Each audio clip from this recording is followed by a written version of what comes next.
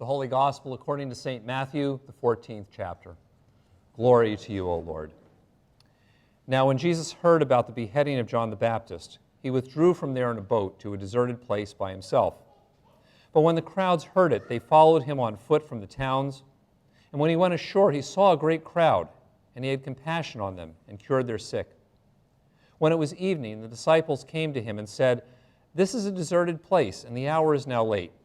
Send the crowds away so that they may go into the villages and buy food for themselves." Jesus said to them, "They need not go away. You give them something to eat." They replied, "We have nothing here but 5 loaves and 2 fish." And he said, "Bring them here." Then he ordered the crowds to sit down on the grass. And taking the 5 loaves and the 2 fish, he looked up to heaven and blessed and broke the loaves and gave them to the disciples. And the disciples gave them to the crowds. And all ate and were filled. And they took up what was left over of the broken pieces, 12 baskets full. And those who ate were about 5,000 men, besides women and children. The Gospel of the Lord. So as we have learned over and over again here at Prince of Peace, eating together is really important. In fact, as we have been recovering from COVID lockdown a couple of years ago, we've realized that eating is key to rebuilding community with each other. From our fundraiser for LIRS last year to our Cinco de Mayo party earlier this year and even our yard sale, if you have food, people will come. Eating together isn't just about getting nourishment, it's important for human community, and so it's a big deal. Eating was also a big deal during biblical times as well. In fact, it was often an even bigger deal because many times food was scarce. And so when you had it, you shared it, and you made a big deal of inviting others to join in the celebration. And many of Jesus' parables are about when people are gathered together for big, incredible meals to celebrate something. Eating was a big deal because food was an important part of hospitality, even to strangers. And this was not just about manners. Sometimes we hear about hospitality and, oh, yeah, you should be a nice person and offer food to somebody when they come to your house. But when people were passing by and you lived in the middle of the desert, if you let them pass by and you did not give them food and water, they died of hunger as they were journeying from place to place. It was an important part of ensuring that people didn't literally die. And eating was a big deal because eating together was a bonding experience that built families and communities together.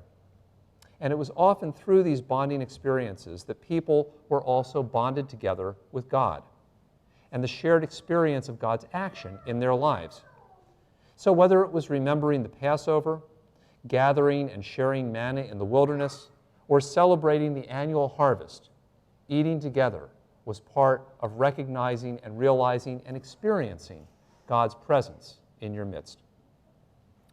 So if you couldn't or wouldn't eat together, it was bad. And in this morning's gospel reading, the disciples realized this. Jesus and his disciples had intended to go to the other side of the lake to get away and rest and decompress after hearing horrible news.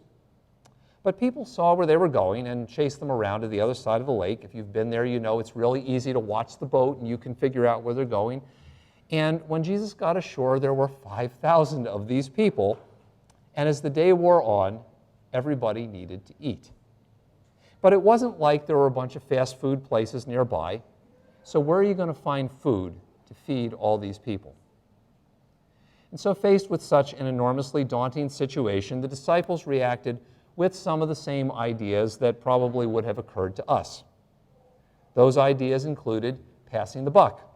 You know, let the crowds deal with their own problems. Send the people away into some other towns to go buy food. They have money. They can go do that. So let them deal with themselves. Or, the other way, declare the problem simply impossible to solve. We got nothing. You know, just can't do it. Sorry, it's not solvable. Or the favorite, my favorite always is, you tell God how to solve the problem. So when the disciples come to Jesus, they don't ask him, "Lord, what should we do?" They tell Jesus what to do. Here's what you got to do, Jesus. You got to dismiss the crowds. You tell them to go to their place. And, you know, it's like a prayer where I helpfully instruct God on how God should make my problem go away. Oh Lord, I have this problem, so it would be really helpful if you would do boom, boom, boom, boom, boom, and then voila, my problem is solved because I can figure out how to solve my problem better than God can. Jesus, on the other hand, has a different way of looking at things, and he helps the disciples to see things differently as well. Instead of taking the disciples' helpful advice, Jesus instead calls them to look at what they have instead of what they don't have. They say, well, we got nothing here but these 5 loaves and 2 fish. But as soon as they include that last word, but, they have defeated their own argument. They actually do have something. It doesn't seem like much, but they've got something, and that's where Jesus wants them to start. He wants them to start with what they have, not what they don't have.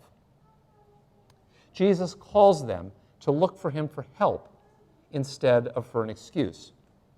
He asks them to bring the 5 loaves and the 2 fish to him. Bring them to me. Jesus then blesses what they have, not what they don't have. And the disciples are actually right. They can't solve this problem by themselves, but if they ask Jesus for help, something more might be possible, and Jesus wants them to explore that. And Jesus instead calls them, instead of looking for excuses, to share what they have with others, even if it seems meager. And this is actually a key point in biblical eating.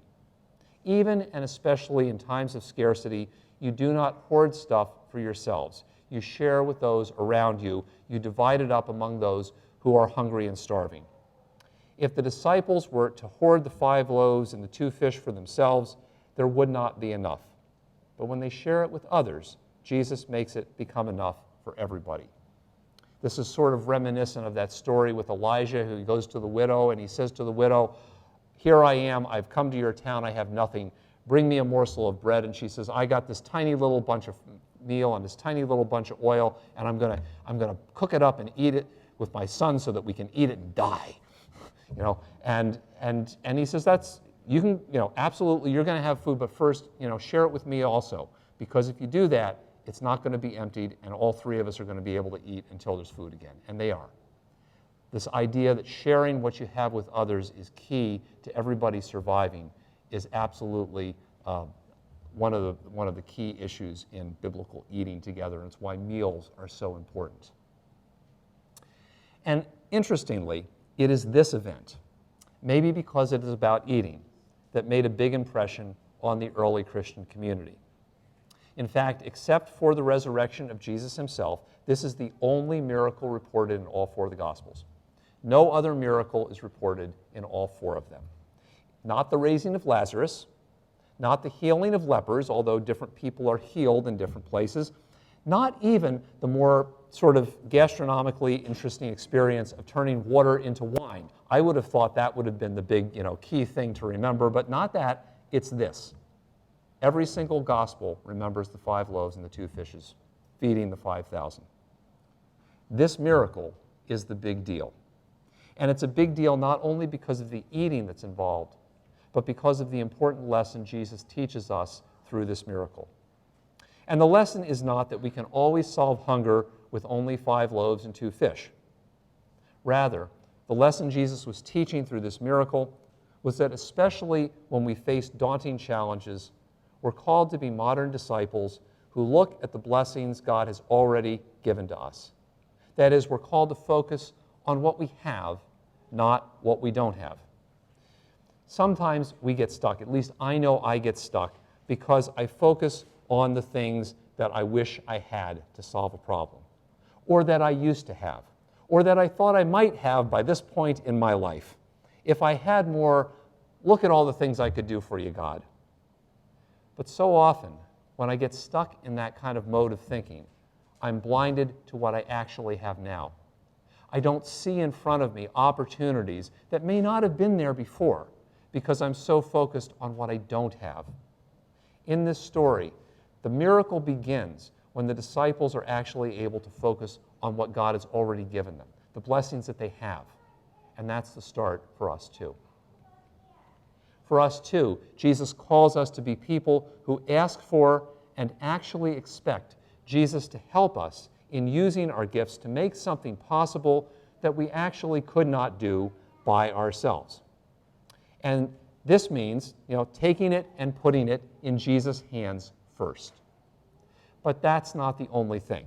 One of the things that I'm always worried about when people say, oh, you know what? You just got to take this horrible, terrible problem and put it in God's hands.